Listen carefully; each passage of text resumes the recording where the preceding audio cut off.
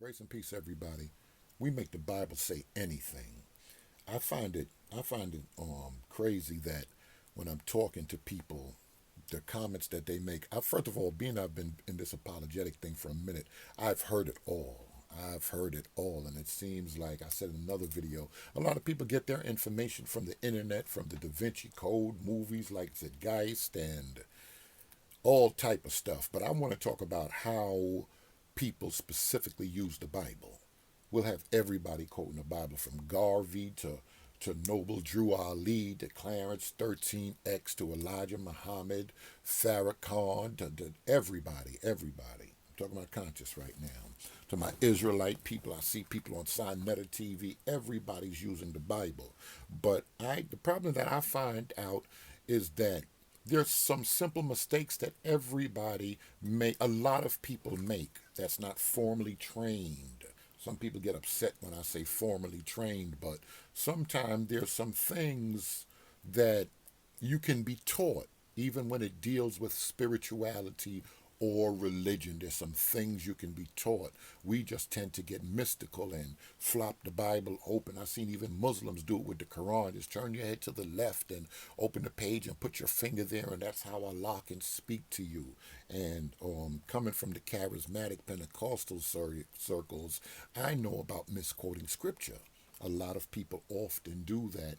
And there's certain things that I find out that they generally do. So I just want to share what I've learned in my little bit of time. When we start dealing with the Bible, we cannot pull John, Paul, those apostles, the prophets in the Old Testament, we cannot pull them to America. We cannot pull them up to this time and place right now. Scripture was written to a specific people.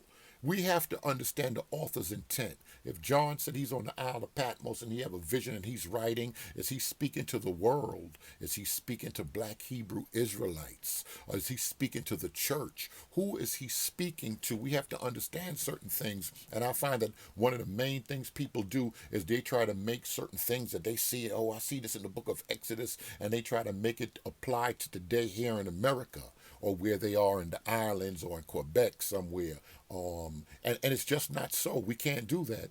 We have to go back to the time, and we have to understand ourselves what was the author's intent. When Matthew traditionally, that's what we say, tradition. That's where I get into it sometime with my Catholic brothers and sisters, and they're back and forth with me when they say, when we start saying sola scriptura and all of that stuff. There are certain traditions that the Protestants follow. I follow a tradition. Traditionally, Matthew, Mark, Luke, and John, the oldest manuscripts, don't have those names on them. But traditionally, we have attributed that in the church. For thousands of years, we have attributed to those gospels to Matthew, the gospel to Mark, the gospel to Luke and John, and so forth. And we have to understand, that was just a side note, we have to understand certain things. I have to understand something about the culture if I see the Messiah speaking. There's good questions to ask yourself. Any good homiletic teacher would tell you that if you've been to school, an advanced Sunday seminary, any advanced Sunday school, anything, they would tell you you have to ask certain questions: who, what, where, when, and why. Who was speaking? Anytime you read any passage of scripture, it's good just to simply ask that question: who was speaking? We wouldn't have so many people joining so many cults and different strange movements that claim that they use the Bible if students of the Bible, wait a minute, Miss Jehovah Witness, you knocking on my door and you just showed me a scripture and you closed the book. Who was speaking and who was being addressed in that scripture? Who was being speaking? So the who and the what, you have to ask those specific questions. And like I said, the first thing, never try to bring those Bible people to now. We have to go back to them. We project certain things from our culture on those people, and it wasn't originally so. So what was the author's original intent? I think that's very important, because there's a lot of confusion with a lot of things. And the other point I wanted to bring out is timelines. We have to understand the timeline when we're dealing with scripture. We have to understand the timelines. My just think about Israelite brothers. I got a couple of brothers that's Israelites, and They're cool, and they want to, oh, the white man took the apocrypha from us, and the apocrypha, and we have to understand timelines even with the apocrypha.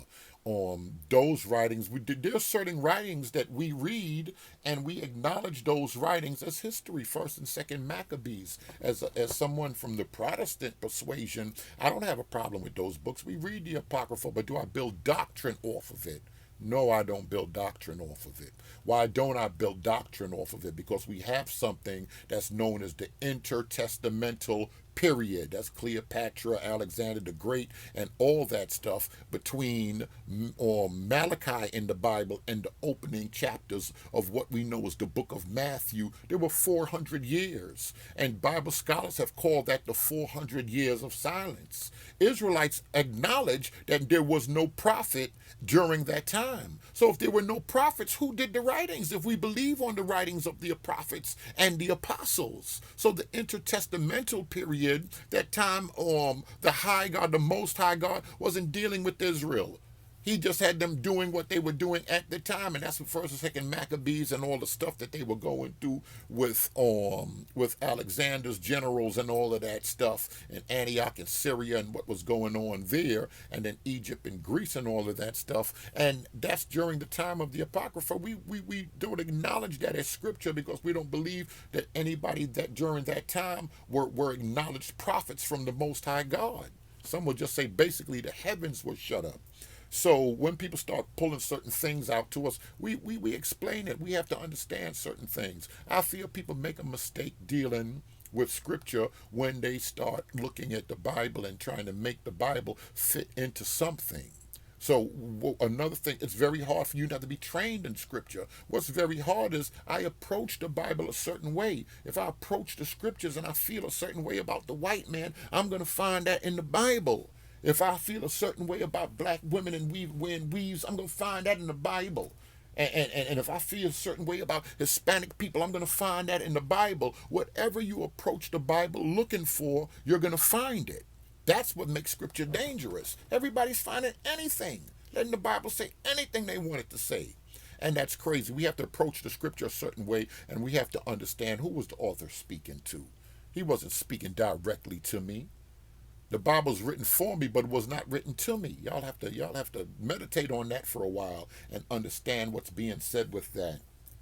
I want to address another thing with my people with interpretation and stuff like that. When we start dealing with pitfalls, the pitfalls of the Bible that people make in the Bible, or the pitfalls of the Hebrew Israelites. Maybe I'll do that next in the video, and I'm just going to deal with specific passages of scripture, because when they come to scriptures, my Hebraic brothers and sisters, when they come to scripture, because they look at it a certain way, these white folk they taking our nationality and they have been lying and they are the synagogue of Satan, and they just look at the scriptures and they'll start twisting certain things up. I am black but calmly, Song of Solomon, and I made a video on that. And they think that Solomon is speaking, but if you just read it in its context, don't be mystical. Don't approach the Bible with a racist view. Just read it for what it say and let the Bible speak for itself. Let that holy word speak for itself. If you believe it and you acknowledge it as something, you're not going to want to disrespect it. But because of a lot of our racist views, we come to the Bible and we make the Bible say stuff that it doesn't say. I am black but calmly is not Solomon addressing you. But at the same time, don't hit me with emails. I'm not saying Solomon was a blue-eyed white man. I'm just saying Hebrew Israelites, y'all are just simply reading the text wrong. Plain and simple, that's how it is. It's not the end of the world. You're just reading the text wrong. When you think of Christianity, a lot of Hebrew Israelites look at Christianity as the white man, the white religion. So people would tend to ask that know a little more and understand the first council, Jerusalem, Antioch, the council of Jerusalem, Acts the 15th chapter. In the Bible, a lot of people would feel that because they don't understand timelines, they would say, well, listen, those people weren't Christians at that time, and were the first Israelites Christians? You have to ask yourself when you start understanding certain things, how did this Christianity come about? Because the term wasn't used, the Messiah didn't say the term out of his mouth per se, mean that movement wasn't something that he already planned.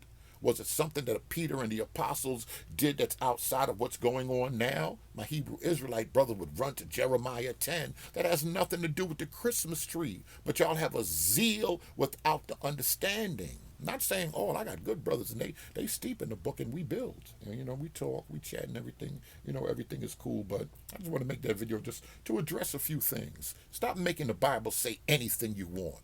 You approach it with a racist lens. You can take certain passages and you can make them say anything. Pedophiles use the Bible. Witches and warlocks use the Bible. Racist Israelites, 5%ers use the Bible. Farrakhan, everybody used the Bible. The Klan, European, British Israelism. Them white folk in England thinking it's England's the chosen nation, and that's how come them folk went running amok, Cecil Rhodes and all of them. That's a whole nother story. They went running amok because they thought they were all chosen. Don't make the Bible say what you want the Bible to say. You've been watching Berean TV. Sunday Seminary next Sunday. 2 more Sundays. Y'all hit me at BereanTeach.com, and it's going to be jumping. Thanks for watching.